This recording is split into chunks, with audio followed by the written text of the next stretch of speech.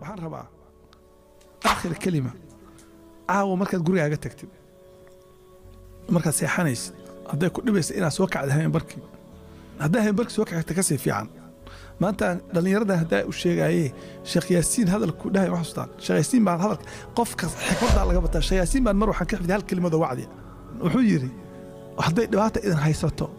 waxaa samaysaan 2+2+2 wax kasta waa lagu kala tagayaa war 2+2+2 dan maxay tahay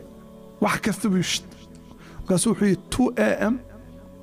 2 rakcad iyo 2 tears labada habeenimo laba ragcadood laba ilmood indhaha ka timaada oo Ilaahay dirti aad u ooydo waa lagu kala tagaa wax walba wadamaanayaan خلاص ما شاء الله بارك الله فيكم جزاكم الله خيرا وبارك الله فيكم السلام عليكم ورحمة الله وبركاته